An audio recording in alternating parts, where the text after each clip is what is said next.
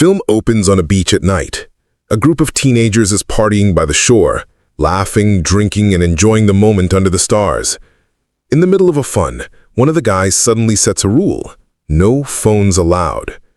So everyone hands over their phones and they lock them in the trunk of a car. No distractions, just good vibes.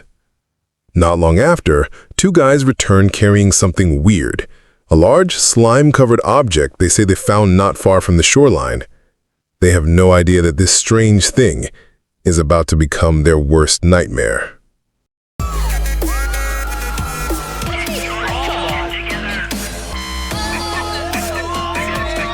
The next morning, a girl named Kaylee wakes up first, followed by a guy named Mitch. They're inside the lifeguard shack, seeing their friend still asleep inside the car. But then, Kaylee notices something that shakes her. Her boyfriend Jonah is sleeping next to her friend Chanda. Yep, he's cheating with her own friend. Meanwhile, a guy named Vance and his girlfriend Ronnie are already awake in the back seat, and another girl, Marcia, wakes up on a beach chair still groggy. That's when Kaylee spots something strange. A seagull is pecking around on the sand, and suddenly it gets sucked into the ground. Just like that. Marcia, unaware of what just happened, tries to get down from the chair. Kaylee yells, "Don't step on the sand!" But it's too late. Marcia already does. Her feet suddenly feel heavy. She can't lift them. She's stuck. Her friends panic, not understanding what's going on. Vance jumps out of the car to help her, but the moment he lands on the sand, he gets stuck too.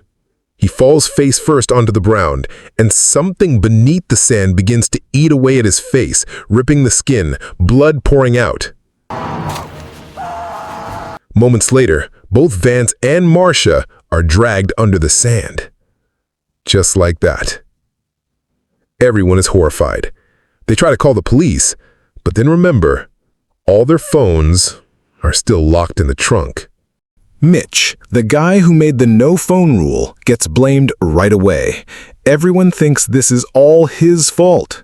But what's worse is that they're actually on a beach that's supposed to be closed. The seawater here is contaminated. They snuck in without permission.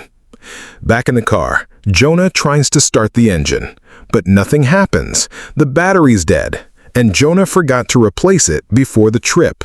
That means the car's useless now. They're completely stuck. Kaylee, still trying to figure out what kind of thing is hiding under the sand, sticks her hand out slowly, and it works. Something moves. Something alive. A strange hair-like thread rises from the sand. It's thin, wavy, almost invisible. But it's real. This thing, this creature, is watching. At the same time, their friend Gilbert finally wakes up, only to find himself stuck inside a trash can. He tries to get out, shaking it back and forth. Suddenly, his friends scream, "Don't move!" He freezes. They explained everything. There's something living under the sand, and two of their friends are already dead. Gilbert is shocked. And now, like the others, he has no choice but to stay still, trapped in that trash can. Time passes, slowly. Everyone stays in their spot, hoping someone comes. No food, no water, nothing. Ronnie, grieving her boyfriend's death, writes a letter to her mom just in case she doesn't make it. They start to realize everyone from the party last night is gone, swallowed by the sand. Only 6 people are left now. Not far from them, Kaylee sees something. That big, slimy mass they found the night before. It's cracked open. Ronnie stares at it.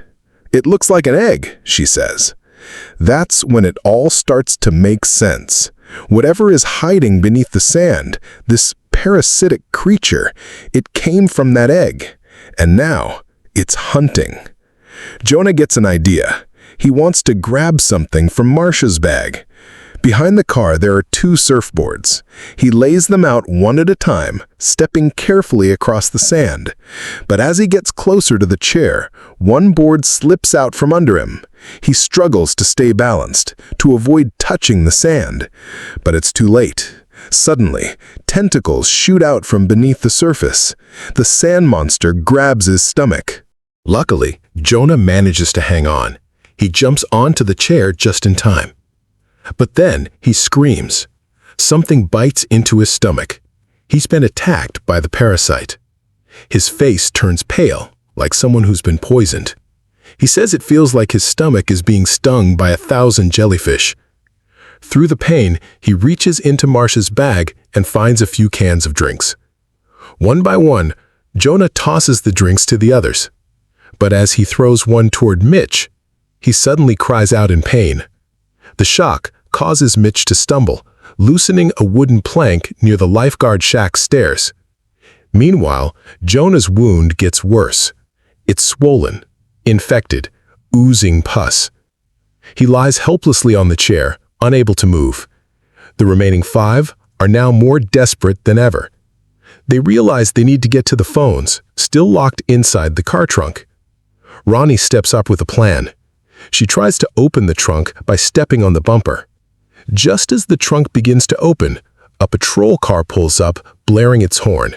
Startled, Ronnie slips. Her right hand gets crushed between the trunk lid and the car frame. The man behind the wheel is a lifeguard. He steps out and demands to know what they're doing on a closed beach. Kaylee tries to explain there's something under the sand, but he doesn't believe her. Strangely, as he walks on the sand, nothing happens. No attack. No tentacles. They're confused. How is he able to walk across the sand unharmed? Then Mitch notices he's wearing leather boots. The lifeguard tells Kaylee and Mitch to come down and talk to him. They refuse. Frustrated, he tries to pull out his pepper spray to scare them, but instead, his car keys fall into the sand. As he bends down to pick them up, his hand gets stuck. It becomes heavy, paralyzed. Kaylee shouts, "Use the spray." He does, spraying the sand around his hand. And it works. The parasitic strands retreat back into the sand. But it's too late. Half of his hand is already gone, severed and bleeding heavily.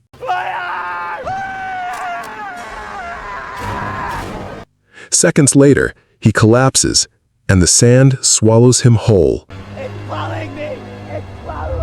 After everything that happens, Mitch realizes how important foot protection really is. He comes up with a plan: wrap his feet in towels and run across the sand. Chanda tosses her towel to him, but as Mitch moves, the loose plank beneath him gives way. He slips and falls straight onto the sand. Immediately, the parasitic creature begins to attack. His arms and legs slowly sink into the sand, while his friends watch helplessly, unable to do anything.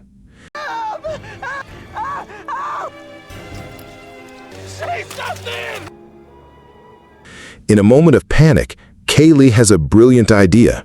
She grabs a broken wooden plank from the lifeguard shack's staircase and hands it over to Chanda, who's still inside the car. Then, Kaylee jumps from the shack onto the car. Together, she and Chanda help free Ronnie's crushed fingers. They quickly wrap her injured hand with a thick towel. Meanwhile, Gilbert's lower body, still trapped in the trash can, starts bleeding heavily. His skin is torn and bruised. Next, they use the wooden plank to reach Jonah's chair. Chanda goes first, carefully balancing her steps. She makes it across. Then Kaylee follows, and she makes it too. But when it's Ronnie's turn, she slips. She lands directly on the sand. Within seconds, the parasitic strands surge up and pull her under. She vanishes, just like the others. At the same time, none of them notice that the parasites are now slithering toward the trash can where Gilbert is trapped. Chanda quickly comes up with another plan. She'll head for the patrol car. Using Mitch's earlier idea, she wraps her feet in towels and makes a run for it. She reaches the car and climbs on top. But then, Gilbert starts coughing up blood. The parasites have burrowed through the ground, right under the trash can. Moments later, he's sucked down into the sand, completely consumed. Things get worse. Chanda suddenly slips. She hits her head hard and blacks out on top of the car. With no other option, Kaylee and Jonah are forced to wait, hoping she wakes up. That night, Chanda finally regains consciousness. She looks around and spots a small life raft on top of the patrol car. Without hesitation, she throws it down. It inflates instantly. She gets down into the raft to rescue Kaylee and Jonah. One by one, they step onto the life raft and head toward the patrol car. But things take a tragic turn. Jonah's condition worsens and he dies inside the vehicle. With no idea how to drive, Kaylee and Chanda are left with no choice but to wait. They spend the night inside, exhausted and helpless. The next morning, a man suddenly appears at the window and taps to wake them up. He's standing on the sand, completely unharmed. The parasites don't touch him. Realizing it's finally safe, Kaylee and Chanda step down onto the beach. Jonah, sadly, dies with a severely infected wound, his stomach covered in pus. In the final scene, we see something chilling. A swarm of parasitic creatures swimming through the ocean, heading toward another beach.